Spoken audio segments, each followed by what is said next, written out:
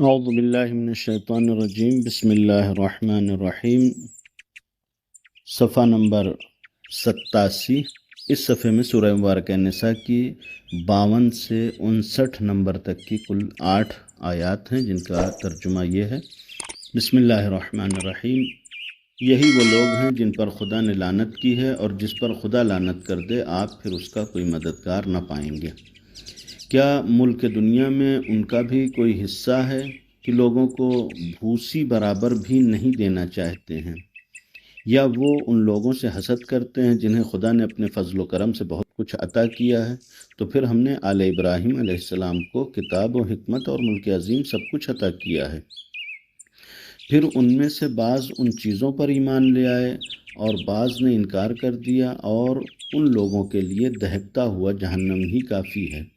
بے شک جن لوگوں نے ہماری آیتوں کا انکار کیا ہم انہیں آگ میں بھون دیں گے، اور جب ایک کھال پک جائے گی تو دوسری بدل دیں گے تاکہ عذاب کا مزہ چکھتے رہیں۔ خدا سب پر غالب اور صاحب حکمت ہے۔ اور جو لوگ ایمان لے آئے اور انہوں نے نیک عمل کیے، ہم عنقریب انہیں جنتوں میں داخل کریں گے جن کے نیچے نہریں جاری ہوں گی، اور وہ انہی میں ہمیشہ رہیں گے۔ ان کے لیے وہاں پاکیزہ بیویاں ہوں گی اور انہیں گھنی چھاؤں میں رکھا جائے گا۔ بے شک اللہ تمہیں حکم دیتا ہے کہ امانتوں کو ان کے اہل تک پہنچا دو، اور جب کوئی فیصلہ کرو تو انصاف کے ساتھ کرو۔ اللہ تمہیں بہترین نصیحت کرتا ہے۔ بے شک اللہ سمیع بھی ہے اور بصیر بھی۔ ایمان والو، اللہ کی اطاعت کرو رسول اور صاحبان امر کی اطاعت کرو جو تم ہی میں سے ہیں۔ پھر اگر آپس میں کسی بات میں اختلاف ہو جائے تو اسے خدا اور رسول کی طرف پلٹا دو، اگر تم اللہ اور روز آخرت پر ایمان رکھنے والے ہو۔ یہی تمہارے حق میں خیر اور انجام کے اعتبار سے بہترین بات ہے۔ گزشتہ صفحے کی آخری آیت میں بیان کیا گیا کہ کعب ابن اشرف یہودی مکے جا کر ابو سفیان سے ملتا ہے۔ ابو سفیان نے اس سے پوچھا کہ مثلاً ہم زیادہ اللہ سے قریب ہیں، ہدایت سے قریب ہیں، یا پیغمبر قریب ہیں؟ کعب ابن اشرف ان کی چاپلوسی کے لیے جواب دیتا ہے کہ نہیں، تم جو ہے وہ خدا سے زیادہ قریب ہو اور تم زیادہ ہدایت یافتہ ہو، نعوذ باللہ، پیغمبر اکرم صلی اللہ علیہ وسلم کے مقابلے میں۔ اور چونکہ ایک طریقے کی چاپلوسی کے عنوان سے گیا تھا، لہٰذا جو ہے بعض لوگوں نے نقل کیا کہ حتیٰ اس نے جا کر وہاں پر سجدہ کیا، کہ قرآن نے اس بات کی مذمت کیا کہ اب جن کو ہم نے کتاب کا علم دیا یہ بھی جبت اور طاغوت اور بتوں کو جا کے پرستش کرتے ہیں، ان کی پوجا کرنے لگے ہیں۔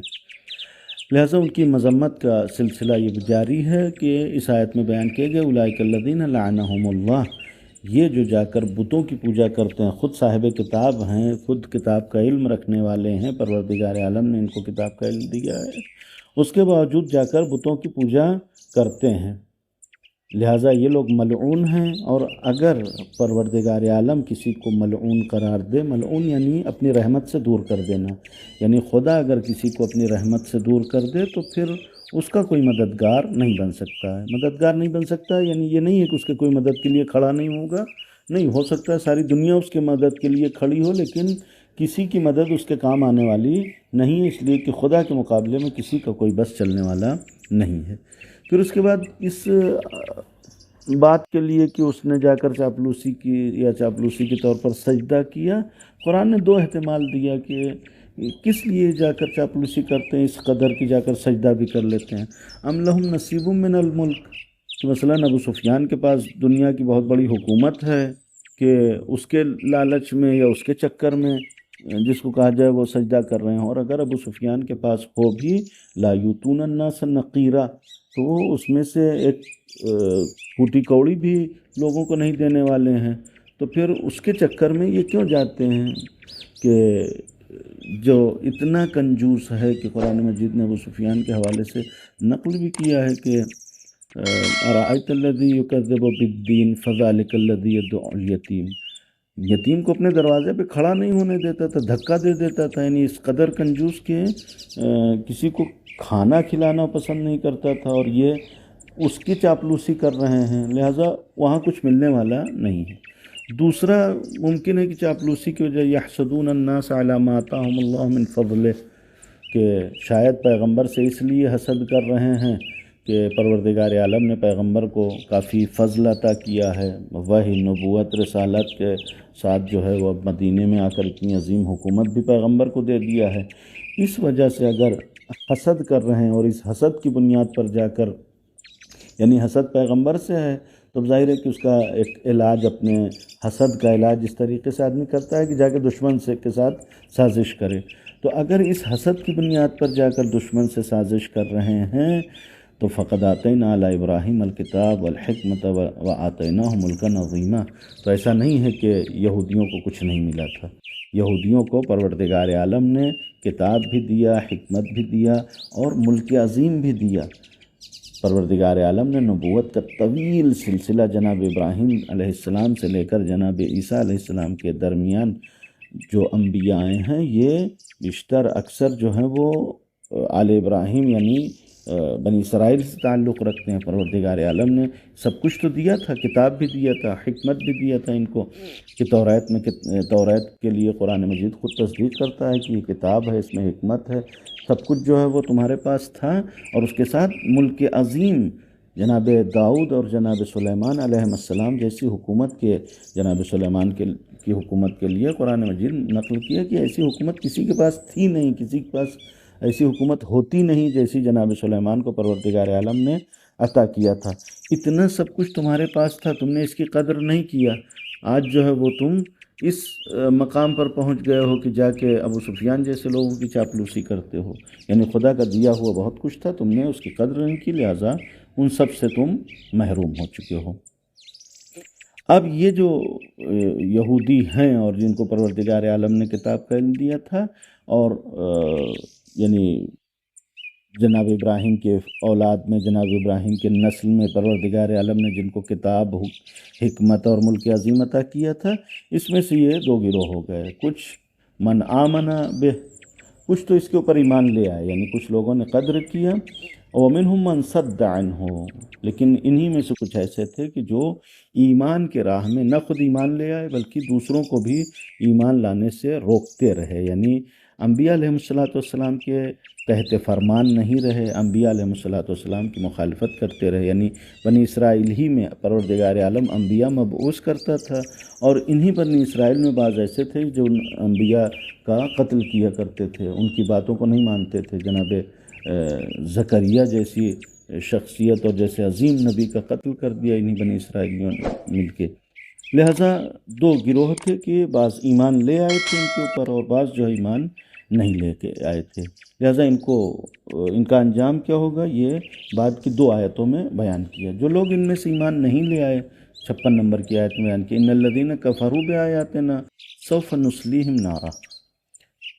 یہ جو لوگ ایمان نہیں لے آئے ہیں ان کے درمیان، ان میں سے ان کو ہم جہنم میں ڈال دیں گے، اور جہنم میں ڈالنے کے بعد کیا کریں گے، ان کی کھال کو، یعنی آگ کو اتنی شدید آگ ہوگی کہ ان کی کھال بھن جائے گی، کھال جو ہے وہ جل کے ختم ہو جائے گی،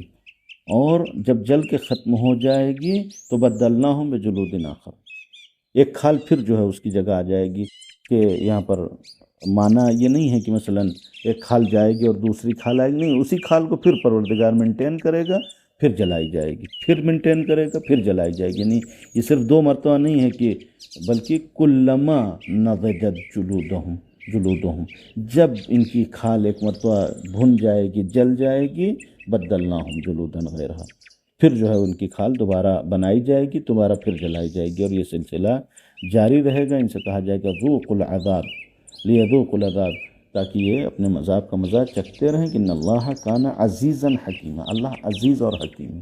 عزیز کے معنی یہ ہوتے ہیں کہ ٹھوس، جس کے اندر نفوذ نہ کیا جا سکتا ہو، اس کو عزیز کہتے ہیں، یعنی خدا کے ارادے کو کوئی جو ہے وہ بدل نہیں سکتا، اس جہت سے کہ پروردگار عالم نے ارادہ کیا ہے کہ کفار کو اس قسم کی سخت سزا دینے والا ہے۔ اور یہ کوئی یعنی صرف اور صرف ایک انتقام نہیں ہے کہ مثلا غصے میں آ کر جو انسان بدلہ لینا چاہتا ہے تو اس قسم کے سزائیں دیتا ہے مجرمین کو، نہیں، اللہ حکیم بھی ہے، یعنی یہ سزا جو ہے وہ خدا کی حکمت کے مطابق ہے، اس کے بعد پھر دوسرے گروہ کا ذکر کیا دوسری آیت میں 57 نمبر کی آیت میں کی، اور جو ان میں سے ایمان لے آئے والذین آمنوا وعملوا الصالحات سندخلہم جنات، جو ایمان لے آئے اور ایمان لانے کے ساتھ ساتھ انہوں نے نیک عمل انجام دیا، ان کو ہم جنت میں داخل کریں گے، اور ایسی جنت کی جہاں پر نہریں جاری ہوں گی، یعنی ایسے باغات کی جس میں نہریں جاری ہوں گی، اس میں ان کو ہمیشہ رکھا جائے گا، اور ساتھ ہی میں ان کے ساتھ ان کو جو فیسلٹی دی جائے گی اس جنت میں وہ یہ ہے کہ ازواج مطہرہ، ان میں ان کے جو ہے وہ پاکیزہ ہمسر بھی پروردگار عالم ان کو عطا کرے گا، وَنُدْخِلُهُمْ ظِلًّا ظَلِيلًا، اور ایک مستقل سایہ ہوگا، یعنی ان کو وہاں دھوپ اور گرمی کی تکلیف برداشت نہیں کرنی پڑے گی، بلکہ ایک مستقل چھاؤں میں پروردگار عالم ان کو رکھے گا۔ یہ دونوں گروہ کا انجام ہے۔ اس کے بعد پھر یہ 58 نمبر کی آیت میں ایک عمومی حکم ہے تمام لوگوں کے لیے، اور یہ تمام لوگوں کے لیے جو حکم ہے یہ گویا ان کی مصلحت اور ان کے فائدے کے لیے ہے۔ اس کا صرف یہ نہیں مطلب ہے کہ اگر اس کو انجام دیا تو آخرت میں اللہ بہترین اجر دے گا، نہیں، اسی دنیا میں تمہاری بھلائی اسی میں ہے کہ ان اللہ یأمرکم ان تؤدوا الامانات الی اہلھا، کہ امانت کو اس کے اہل کی تک پہنچا دو، وَإِذَا حَكَمْتُمْ بَيْنَ النَّاسِ أَن تَحْكُمُوا بِالْعَدْلِ، اور جب بھی لوگوں کے درمیان فیصلہ کرو تو عدل اور انصاف کے ساتھ فیصلہ کرو۔ یہ دو چیزیں ایسی ہیں کہ انسان جس سماج میں رہ رہا ہے وہاں پر ناچار ہے کہ ایک دوسرے کے اوپر بھروسہ کرے، لہٰذا اگر یہ سلسلہ ختم ہو جائے، یعنی لوگ امانت میں خیانت کرنے لگیں یا جو ہے وہ انصاف سے کام نہ لیں، تو ایک دوسرے کا بھروسہ اور ایک دوسرے کا ٹرسٹ ختم ہو جاتا ہے، پھر سماج جیسا نہیں رہ جاتا، ہر ایک انسان جو ہے وہ ایک دوسرے سے خطرہ محسوس کرنے لگتا ہے۔ اسلام کے آنے سے پہلے جو عربوں کی حالت بیان کی گئی ہے، جس کے لیے یہ بیان کیا قرآن نے کنتم علی شفا حفرۃ من النار، آگ کے دہانے پہ تھے، وہ ایک ایسی ہی حالت تھی جس میں کسی ایک کو دوسرے کے اوپر بھروسہ نہیں تھا، ہر ایک کو دوسرے سے خوف محسوس ہوتا تھا۔ جب بھروسہ نہیں کر سکتا تو انسان گویا ایک سماج میں رہ کے بھی تنہا زندگی گزارتا ہے۔ لہٰذا جس سماج میں بھی رہے انسان، کفار کے ساتھ ہے، یہود کے ساتھ ہے، نصارہ کے ساتھ ہے، مسلمان کے ساتھ ہے، غیر مسلمان کے ساتھ ہے، جہاں پر بھی رہے اس بات کی رعایت ضروری ہے۔ لہٰذا امانت کے حوالے سے روایات بھی ہیں کہ ان چیزوں میں کوئی بھی رعایت نہیں دی گئی، چاہے جو ہے وہ بر و فاجر ہو، چاہے کافر اور مشرک ہو، امانت ادا کرنی ہے۔ یعنی اگر امانت کا مسئلہ ہے تو وہ کافر کی امانت ہے، اس میں بھی خیانت نہیں کر سکتے، فاسق و فاجر کی امانت ہے، اس میں بھی خیانت نہیں کر سکتے۔ یہ پروردگار عالم یہ حکم اس لیے دیتا ہے نعم یعظکم بہ، کہ اللہ جو ہے اس کی نصیحت کرتا ہے تم سے، اس لیے کہ اس کا فائدہ جو ہے تمہیں اسی دنیا میں ملنے والا ہے، کہ اگر اس دنیا میں اس کی رعایت نہیں کرتے تو وہ سماج کے کہنے کے لائق نہیں رہ جاتا، اس سماج میں زندگی گزارنا دوبھر ہو جاتا ہے۔ اللہ جو ہے سمیع و بصیر بھی ہے۔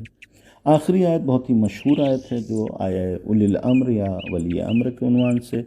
ہے، کہ جس میں پروردگار عالم نے حکم دیا ہے کہ اللہ تمہیں یا ایھا الذین آمنوا، اے صاحبان ایمان، اللہ کی اطاعت کرو اور اللہ کے رسول اور اولی الامر کی اطاعت کرو، اور اگر کسی چیز میں اختلاف رکھتے ہو تو اس کو اللہ اور اللہ کے رسول سے مراجعہ کرو، یعنی پروردگار عالم اس اختلاف کو حل کرے گا۔ اگر تمہارا ایمان صحیح ہے، یعنی اللہ کے اوپر، اللہ کے رسول کے اوپر، آخرت کے اوپر ایمان رکھتے ہو، تو اپنے اختلافات کو کہاں لے کے جاؤ گے؟ اللہ اور اللہ کے رسول کے پاس لے کے جاؤ گے کہ وہ حل کریں۔ اس آیت کے ذیل میں بہت ساری بحثیں ہیں، خاص طور سے علماء امامیہ نے اپنی اعتقادی کتابوں میں، کلامی کتابوں میں کافی طول و تفصیل سے بحث کیا ہے اولی الامر کے حوالے سے۔ ہم یہاں صرف 2 نقطے بیان کریں گے، اس جہت سے کہ یہاں پر جو آیت میں اطاعت کا لفظ آیا ہے وہ 2 مقام پر ہے۔ یا ایھا الذین آمنوا اطیعوا اللہ، اللہ کی اطاعت کے ساتھ ایک لفظ اطیعوا آیا ہے، پھر وَأَطِیعُوا الرَّسُولَ وَأُولِي الْأَمْرِ مِنْکُمْ، رسول اور اولی الامر کی اطاعت کے لیے ایک لفظ آیا ہے، یعنی ایک اطیعوا اللہ کے ساتھ، ایک اطیعوا جو ہے اولی الامر اور رسول دونوں کے ساتھ۔ اس کا مطلب یہ ہے کہ ایک اللہ کی اطاعت کی کیٹیگری ہے، ایک کیٹیگری میں رسول اور اولی الامر دونوں شامل ہیں۔ اس کا مطلب جیسے رسول کی اطاعت ہوگی ویسے ہی اولی الامر کی اطاعت کرنا ہے۔ یہ قرآن کے اس بیان سے روشن ہے کہ جیسے بیان کیا ہے کہ جیسے رسول کی اطاعت ہے ویسے ہی اولی الامر کی اطاعت ہے۔ اب اولی الامر کے حوالے سے جو ایک بہت تفصیلی بحثیں ہیں، اس حوالے سے ہم صرف ایک حدیث کے سہارے سے اس مطلب کو بیان کر رہے ہیں کہ اولی الامر کو بیان کیا ہے ائمہ معصومین علیہم الصلوۃ والسلام نے۔ روایات میں بیان کیا گیا ہے کہ اللہ کو اللہ کے ذریعے پہچانو، رسول کو رسالت کے ذریعے پہچانو، اور اولی الامر کو امر بالمعروف اور نہی عن المنکر کے ذریعے پہچانو۔ یعنی انسان اولی الامر میں جو بہرحال بعض ایسے مسلمان فرقے ہیں کہ جو کہتے ہیں کہ جو بھی دنیا میں حاکم ہو جائے وہ ولی امر ہے اور اس کی اطاعت واجب ہو جائے گی۔ نہیں، کوئی بھی انسان صرف امر دینے کے لائق ہو جائے تو اس کی اطاعت واجب نہیں ہو جاتی، اس لیے کہ قرآن مجید نے شیطان کے حوالے سے ذکر کیا ہے کہ شیطان جو ہے فَإِنَّهُ يَأْمُرُ بِالْفَحْشَاءِ، شیطان امر دیتا ہے، امر دینے کے گویا پوزیشن میں ہے لیکن اچھی بات کا حکم نہیں دیتا، بلکہ یامر بالفحشاء، برائیوں کا حکم دیتا ہے۔ تو صرف یہ کہ جو حکم دینے لگے وہ حاکم ہو جائے گا نہیں، یا جو حکم دینے لگے واجب الاطاعت ہو جائے گا نہیں۔ فرعون جیسے حاکم بھی گزرے ہیں دنیا میں، امر کرتے تھے، امر دینے کے لائق تھے، بڑی حکومت تھی، طاقت تھی، قدرت تھی، سب کچھ تھا، لیکن جو ہے وہ اطاعت واجب نہیں ہوگی، بلکہ پہچانا جائے گا امر بالمعروف اور نہی عن المنکر سے، کہ اگر معروف کا حکم دیتے ہیں تب جو ہے ان کی اطاعت واجب ہو سکتی ہے، اگر منکر سے منع کرتے ہیں، برائیوں سے روکتے ہیں، تب ان کی اطاعت واجب ہو سکتی ہے۔ یا اس کے علاوہ جو معیار ہے ہمارے ہاں اطاعت کا وہ یہ کہ اطاعت تو اصل خدا ہی کی ہونی ہے، لہٰذا ہم درمیان میں جو بھی شخص آئے گا، چاہے وہ یعنی خدا کے علاوہ جو بھی شخص آئے، چاہے رسول ہو یا رسول کی جانشین ہو، ہم یہ دیکھیں گے کہ وہ جو ہمیں حکم دے رہے ہیں وہ خدا کی اطاعت کے دائرے میں آتا ہے یا نہیں آتا۔ اگر خدا کی اطاعت کے دائرے میں آتا ہے تب تو ہم اس کے اوپر عمل کر سکتے ہیں، اور اگر اس کے اطاعت کے دائرے میں نہیں آتا تو اس کے اوپر عمل نہیں کر سکتے۔ لہٰذا علماء امامیہ کا اتفاق ہے اس بات کے اوپر کہ یہاں مراد صرف اور صرف معصومین علیہم الصلوۃ والسلام ہیں، یعنی 12 امام ہمارے کہ جو معصوم ہیں، اس لیے کہ معصوم کا مطلب یہ ہے کہ کوئی بھی امر خلاف مرضی خدا یہ نہیں دینے والے ہیں، چونکہ یہ گارنٹی ہے کہ یہ مرضی خدا کے خلاف کوئی امر نہیں دیں گے، اس لیے ان کی اطاعت واجب ہے۔ اس کے علاوہ کوئی بھی غیر معصوم ہوگا تو اس کی اطاعت واجب نہیں ہو سکتی۔ کیوں؟ اس لیے کہ ممکن ہے کہ وہ امر الہی کے مطابق حکم دے، ممکن ہے کہ امر الہی کے مطابق حکم نہ دے۔ اب اس کے بعد چونکہ ایک مرحلہ اور آتا ہے کہ ممکن ہے بعض لوگ کے لیے یہ شبہانات ہو، یہاں پر اگر مجتہدین کی ہم اطاعت کرتے ہیں تو ائمہ اطہار علیہ الصلوۃ والسلام کے جو احکام ہیں، جو انہوں نے کرائٹیریا بیان کیا ہے، اس کرائٹیریا اور ان احکام کی بنیاد پر ہم عمل کرتے ہیں، ورنہ